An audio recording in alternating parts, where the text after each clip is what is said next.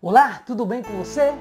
Eu sou o pastor Roberto Silva e no Conexão com Deus de hoje eu quero compartilhar uma palavra de Deus para o seu coração, que se encontra exatamente em Atos dos Apóstolos, no capítulo de número 16, do versículo 25 em diante, quando diz: acompanhe comigo esta passagem. Por volta da meia-noite, Paulo e Silas estavam orando e cantando hinos a Deus. Os outros presos os ouviam. De repente, houve um terremoto tão violento que os alicerces da prisão foram abalados e imediatamente todas as portas se abriram e as correntes de todos se soltaram. Queridos, eu quero compartilhar com você esta reflexão que tem como título Um hino à meia-noite. Porque ao analisarmos o texto, nós percebemos que à meia-noite Paulo e Silas cantavam e oravam a Deus. Isso me faz entender que meia-noite diz não apenas que o dia está terminando, mas vem muitas vezes como um símbolo de problemas, dificuldades, de lutas e de dissabores. Meia-noite tem a ver, muitas vezes, com a noite interminável, muitas vezes enfrentada. Meia-noite de problemas, de lutas, de dificuldades, de sofrimentos, de lágrimas, de dissabores. Meia-noite quando é mais fácil, queridos, calar, mais fácil mesmo chorar. Meia-noite quando é difícil cantar. Cantar diante das dificuldades que muitas vezes enfrentamos na nossa vida. São dificuldades enfrentadas no lar, nos relacionamentos, no casamento, nas finanças. E como ainda ter forças para cantar diante de situações adversas que enfrentamos na vida. Olha, eu fico a pensar que em plena meia-noite escura, marcada por problemas e dificuldades, um hino foi ouvido naquele cárcere por dois homens de Deus que tinham tudo para estarem se lastimando, murmurando, mas mesmo assim eles encontraram forças em Deus para louvar ao Senhor, apesar da circunstância que eles se encontravam ali. Porque aquela meia-noite tinha tudo para ser uma das mais tristes da história.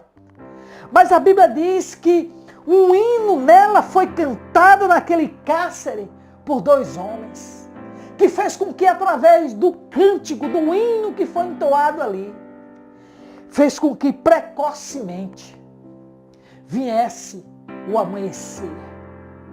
O amanhecer em detrimento ao fato de aqueles dois homens terem escolhido entre chorar, murmurar, reclamar, mas eles optaram em cantar um hino ao Senhor.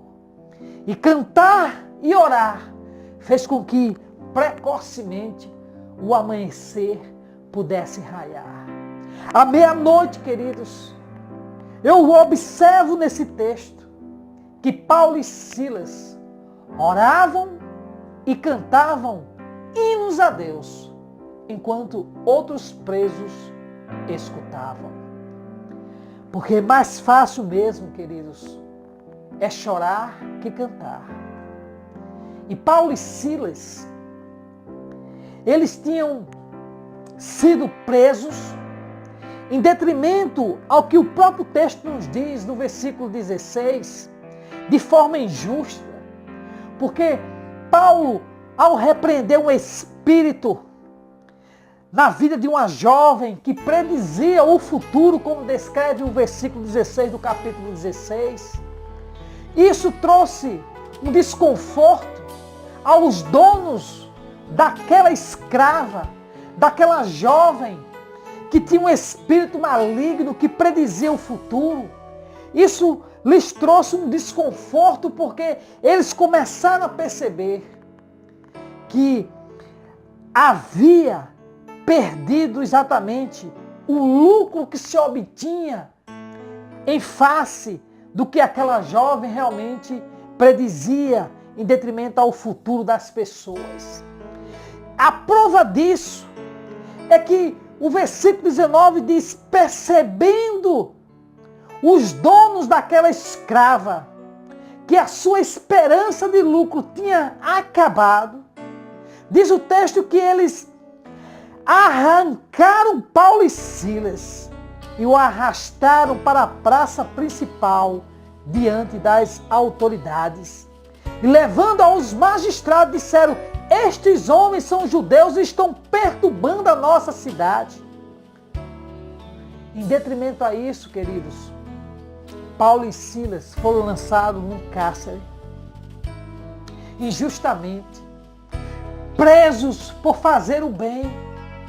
Haviam sido arrastados até a praça e na presença dos magistrados, depois de caluniados e terem as vestes rasgadas, foram açoitados com varas.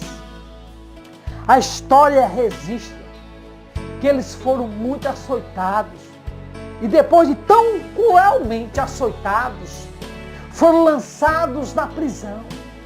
E eles estavam no desconforto de um cárcere, de segurança máxima, e ainda com os pés presos ao tronco, mas ainda assim,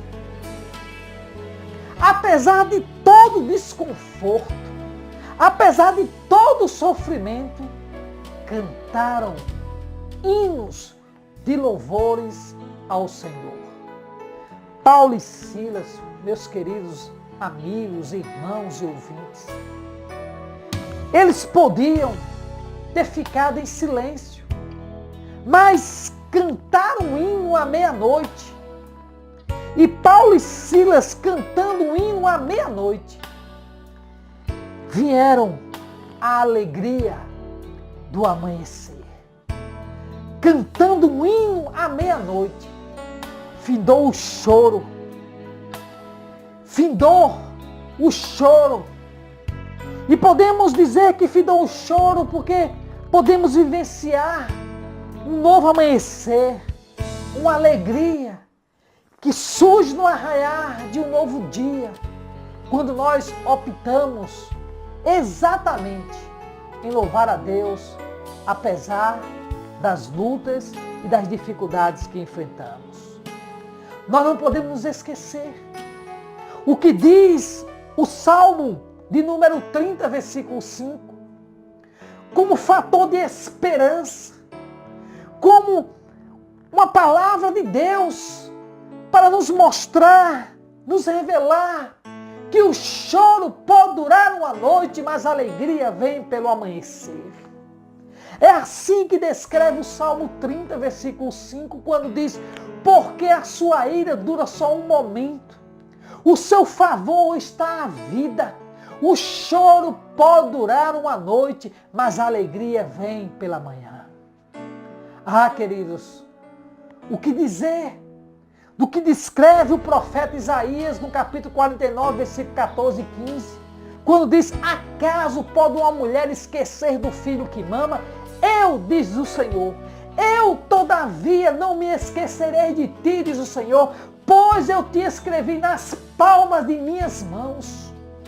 A tua história, as tuas lágrimas, os teus sofrimentos, os teus dissabores, eles estão escritos nas palmas das mãos do Senhor. Por essas razões, Deus não se esqueceu de você e jamais se esquecerá de você.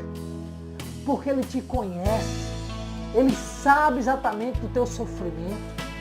Por isso é que Ele mesmo diz: acaso, ou porventura, se ainda assim uma mulher pudesse esquecer do seu filho que mama, eu, diz o Senhor, diz Deus, eu todavia não me esquecerei de ti, diz o Senhor. Olha, queridos, a prova disso é que lá em Números, no capítulo 23, versículo 19, Deus nos diz: Deus não é homem para que minta, e nem filho do homem para que se arrependa. Porventura, tendo ele prometido, não fará, louvado seja Deus. E Paulo e Silas, eles sabiam e conheciam a fidelidade de Deus, que Deus não haveria de abandoná-los no momento de dificuldade, de lutas que eles estavam enfrentando naquela prisão. Porque Deus não é homem para que minta, nem filho do homem para que se arrependa. Jesus, ao descrever a sua forma, a sua maneira de nos surpreender, quando ele nos diz lá em Lucas capítulo 1, versículo 37, pois nada é impossível para Deus. Para percebermos que não importa as cadeias que venham nos aprisionar, que correntes que venham nos tirar a liberdade de locomoção, se crermos no impossível de Deus, Ele haverá de quebrar as correntes, de nos libertar daquilo que nos amarra, daquilo que nos traz tristeza, amargura, dor e sofrimento. Porque nada é impossível para Deus. É assim que Jesus descreve e nos revela que nada será impossível para Deus, para aquele que crê exatamente no seu poder e na sua palavra.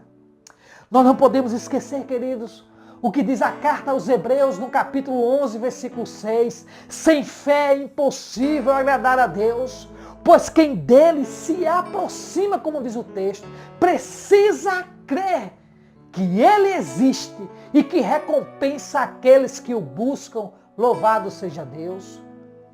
Nós ainda, ao analisarmos a fidelidade e o amor de Deus, o consolo e o conforto de Deus, quando nós lemos na palavra de Deus lá no livro do profeta Isaías, no capítulo 40, versículo 31, quando Deus diz assim: mas os que esperam no Senhor renovarão as suas forças e subirão com asas como águias, correrão e não se cansarão, caminharão e não se fadigarão.